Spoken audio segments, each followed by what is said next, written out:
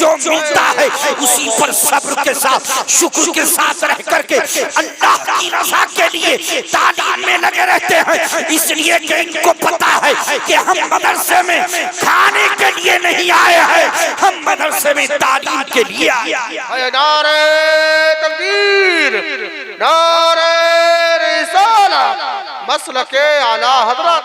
अरबी कैसा खामोश बेटा, बहुत अच्छा खिताब हो रहा है, जैसा खिताब वैसी नारा लगाइए।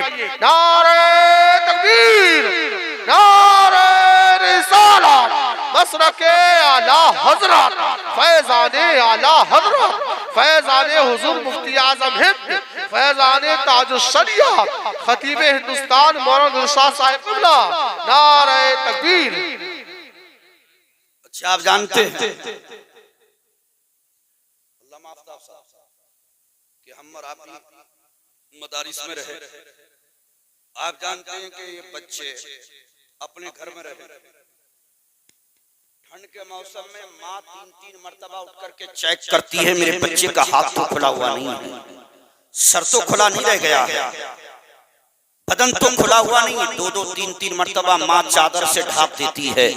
लेकिन जब मदरसे में आते हैं हजरात गिरामी, सर खुला है तो खुला है, हाथ खुला है तो खुला है, जिस्म खुला है तो खुला है, कोई ढापने वाला नहीं है। रात के आलम में तिलावत करते करते ये बच्चा सो गया है। अजीजा ने मिल्लत इस्लामिया, लेकिन देखिए फर्क क्या है कि ये बच्चा जब घर में रहता है हजरात गिरामी, माँ भी ख्याल रखती है, बाप भी ख्याल रखता है, खाने पीने का ख्याल रखा जाता है, रात के आलम में चादर का लिहाज का ख्याल रखा जाता है।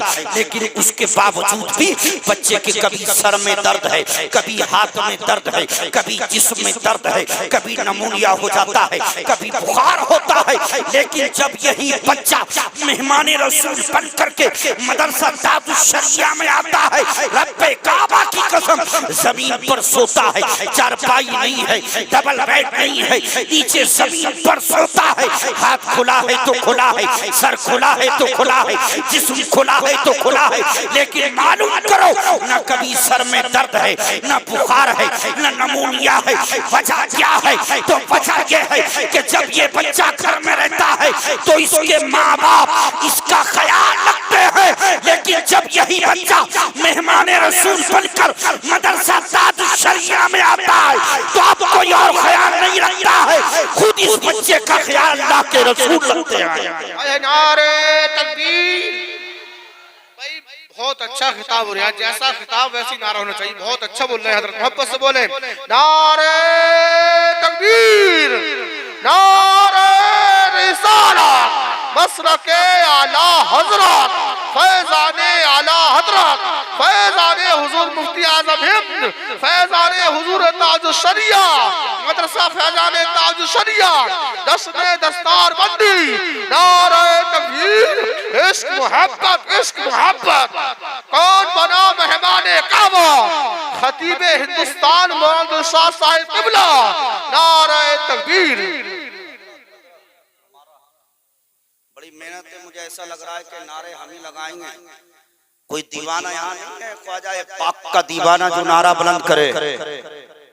हिला दे नारे तकबीर से बात, अगर आ जाए कोई जोश पर दीवाना मोहम्मद का, और या रसूल अल्लाह के नारे से हमको प्यार है, जिसने नारा लगाया उसका बेड़ा पार है।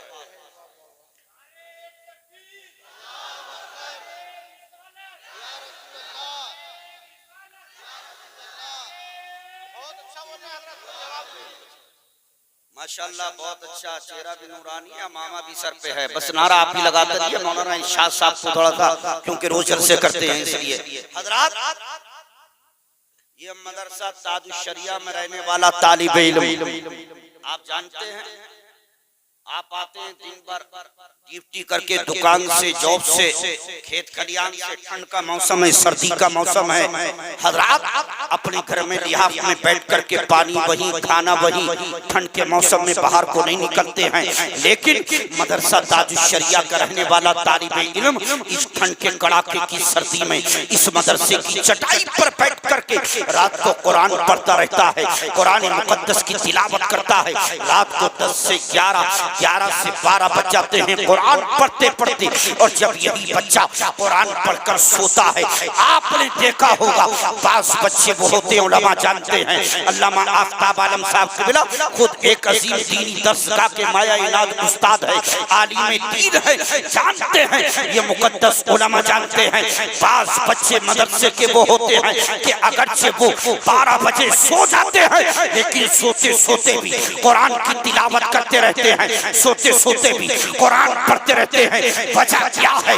वजह ये है कि ये बच्चा जो मदरसा दारुल शरिया में रहता है, रातों दिन कुरान की मोहब्बत में हजरात गिरामी यहाँ रहकर शब रोज को गुजार रहा है, चल रहा है तो कुरान पढ़ते हुए, बैठता है तो कुरान पढ़ते हुए, लेटता है तो कुरान पढ़ते हुए, जब रात को सोता है तब भी कुरान पढ़ते पढ़ते आंख लग जाती है, लेकिन फिर भी कुरान पढ़ता है।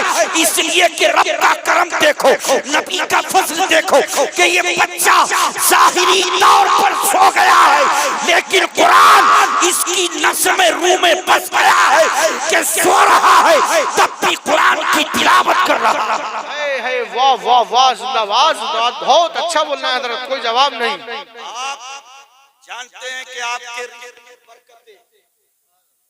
रिस्क में वुसअते, रिस्क में कुशादगी इन्हीं मदारिस के बच्चों की वजह से होती है। आप तो सो जाते हैं रात को 12 बजे तक कुरान, सोते सोते कुरान। कारी शहजाद साहब सुबह को जल्दी उठाते हैं, अदान फजर से पहले बच्चों को उठाकर कहते हैं वुज़ू करो और कुरान लेकर के बैठ जाओ। वो बच्चा जो सोते सोते हजरत सोया था तो कुरान पढ़ते पढ़ते उठा है तो कुरान पढ़ रहा। आपको तो खबर भी नहीं है, आप तो रात को आए और सो गए, लेकिन ये बच्चे रात दिन कुरान पढ़ते, इनके पढ़ने की बरकत से अल्लाह उस महल्ले में बरकत अता फरमाता।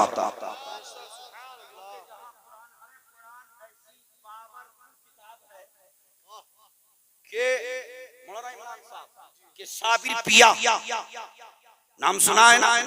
साबिर पाक हिरात में पैदा हुए, 9 साल की उम्र में पाक पट्टन आए, 26 साल की उम्र में इसी कलियर में आए। लेकिन कलियर में आए थे, आपने देखा होगा कि पाक पट्टन में 12 साल तक लंगर को तकसीम किया था, एक दाना भी तनावुल नहीं किया। लंगर तकसीम करने के बाद दुआए नूर पढ़ा करते थे हजरात गिरामी। और जब इस कलियर में आए थे, इसका तारीखी नाम कल्याण है। साबिर पाक से 108 साल पहले जिनका ऊंचे पर मदार है, हजरत अबू सालेह जिनको इमाम साहब कहा जाता है, 11 लोगों का काफिला लेकर बगदाद से इसी कल्याण में आए थे। राजा से जंग की और इसी कल्याण को क्लियर किया। और जब 108 साल के बाद मेरे साबिर पिया ने इसी कलियर में कदम रखा तो इसी कलियर को कयामत तक पीरानी कलियर शरीफ बन। वाह जिंदाबाद जिंदाबाद, सुभान अल्लाह, बहुत अच्छे पहुंचे थे कलियर शरीफ। साबिर पाक हजरात सिलसिले के एतबार से देखो तो तीसरी पुष्ट पर ख्वाजाए पाक नजर आते हैं। नसब के एतबार से देखा जाए हजरत गौसे आदम नजर आते हैं, और नसब के तबार से देखा जाए तो तीसरी पुष्ट पर गौसे आदम नजर आते हैं। इसलिए कि साबिर पाक के पीर हजरत बाबा फरीदुद्दीन है, उनके पीर हजरत ख्वाजा कुतुबुद्दीन है, और उन्हीं के पीर सरकार मोइनुद्दीन है। हजरत ये सिलसिले के एतबार से, नसब के एतबार से साबिर पाक के वालिद हजरत शाह अब्दुल रहीम अब्दुल सलाम है, उनके वालिद हजरत शाह वहाब है, उन्हीं के वाली सरकार गौसे आदम है, असीजा ने मिल्लत इस्लामिया। साबिर पाक जब कलियर शरीफ में आए थे तो 12 साल तक उल्टे हाथ से गुल्लर की शाख को पकड़ लिया और 12 साल तक खड़े रहे, न कुछ खाया न पिया। रब्बे काबा की कसम, जब खड़े खड़े हजरत 9 साल 6 महीने 3 दिन हुए थे।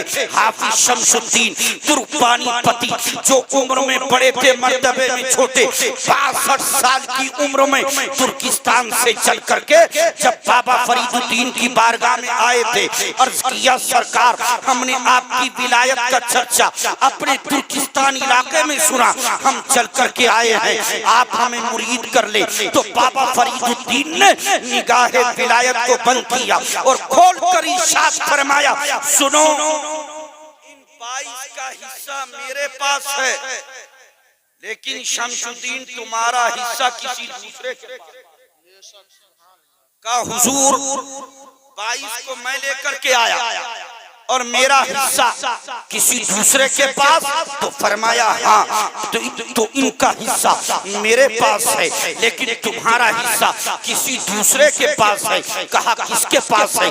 कहा मेरा भांजा है, मेरा मुरीद है, मेरा खलीफा है, नाम अलाउद्दीन अली अहमद साबिर है। जो कहाँ है? कहा वो है कलियर में, उल्टे हाथ से गुल्लर की शाख को पकड़ रखा है। जलाल का ये आलम है कि 9 साल 6 महीने 3 दिन हो चुके हैं, ना कुछ खाया ना पिया। आसमान की तरफ निगाह लगी है, आसमान से निगाह हटती है, जिस तरफ जाती है, चाहे दरख्त पर जाए, चाहे परिंदे पर जाए, चाहे जमीन पर जाए, जहां आसमान से हटकर अलाउद्दीन की निगाह पड़ती है, वही जगह जल करके खाकिस्तर हो जाती है। तुम्हारा हिस्सा उसी मेरे भांजे अलाउद्दीन अली अहमद साबिर पिया के पास है। तो अर्ज किया था सरकार मुझे जाने की इजाजत दीजिए, जिसका हिस्सा मेरे पास है मैं उस अल्लाह वाले की जियारत करना चाहता हूँ, उसका दीदार करना चाहता हूँ, मुलाकात करना चाहता हूँ। फरमाया ठीक है चले जाओ, लेकिन बॉर्डर पर हद्दे 12 कोस पर तुम्हें जमालुद्दीन मिलेंगे, उनसे मेरा सलाम कहना और कहना हमें बाबा फरीद ने भेजा है। अपनी जबान पर तुम्हें एक ही नारा बुलंद रखना, मौला करीम साबिर, दाता करीम साबिर, ख्वाजा करीम साबिर, आका करीम साबिर, यही पढ़ते रहना और उनकी निगाहों के सामने मत जाना, उनकी पुष्ट के पीछे खड़े हो जाना। हजरत ये चले तो 22 ने कहा था ए शमसुद्दीन, जिनका हिस्सा तुम्हारे पास है, जिन्होंने 9 साल 6 महीने 3 दिन से कुछ खाया पिया नहीं है, जमीन पर बैठे नहीं है, गुल्लर की शाख को पकड़े हुए हैं, हम भी उस अल्लाह के वली को देखना चाहते हैं। तो 22 भी साथ में चल दिए। जब बागपट्टन से यही आए थे, इसी कलियर की जमीन पर जमालुद्दीन से मुलाकात हुई, बाबा फरीदुद्दीन ने भेजा है। तो उन्होंने कहा था सुनो, निगाहों के सामने मत जाना, पुष्ट के पीछे खड़े हो जाना और पढ़ना शुरू कर दो, मौला करीम साबिर, दाता करीम साबिर, आका करीम साबिर, ख्वाजा करीम साबिर। पढ़ते पढ़ते जब आगे बढ़े तो पुष्ट के पीछे खड़े हो गए। तो रब्बे काबा की कसम क्या देखते हैं कि अलाउद्दीन अली अहमद साबिर पिया ने उल्टे हाथ से गुल्लर की शाख को पकड़ रखा है, निगाहें आसमान पर लगी है। 1 दिन हो गया, 2 दिन हो गए, 3 दिन हो गए। तो जो मुरीद साथ में आए थे उन्होंने कहा हाफिज शमसुद्दीन हमें 3 दिन हो चुके हैं, ये अल्लाह का वली न हमारी तरफ निगाहे करम, न निगाहे रहमत, न हमारी तरफ देखना, ये तो खड़े हैं, इसलिए हमारी पिंडियों में ताब नहीं, ताकत नहीं, कुव्वत नहीं कि हम खड़े रह सके, इसलिए हम जाना चाहते हैं। ऐ शमसुद्दीन अगर तुम्हें भी चलना है तो चलो। तो हाफिज शमसुद्दीन ने कहा था ओ लोगों सुनो, जब तक मैंने अलाउद्दीन अली अहमद साबिर पिया का नूरानी चेहरा नहीं देखा था तो दिल में औरों की मोहब्बत थी, जब इनका चेहरा देख लिया है तो ये दिल साबिर की मोहब्बत का मदीना बन गया। नारे तकबीर, नारे रिसालत, बसरा के आला हजरत, फैजाने आला हजरत, फैजाने हुजूर मुफ्ती आजम हिंद। इश्क मोहब्बत, इश्क मोहब्बत, प्यार मोहब्बत, प्यार मोहब्बत। नारे तकबीर, नारे रिसालत।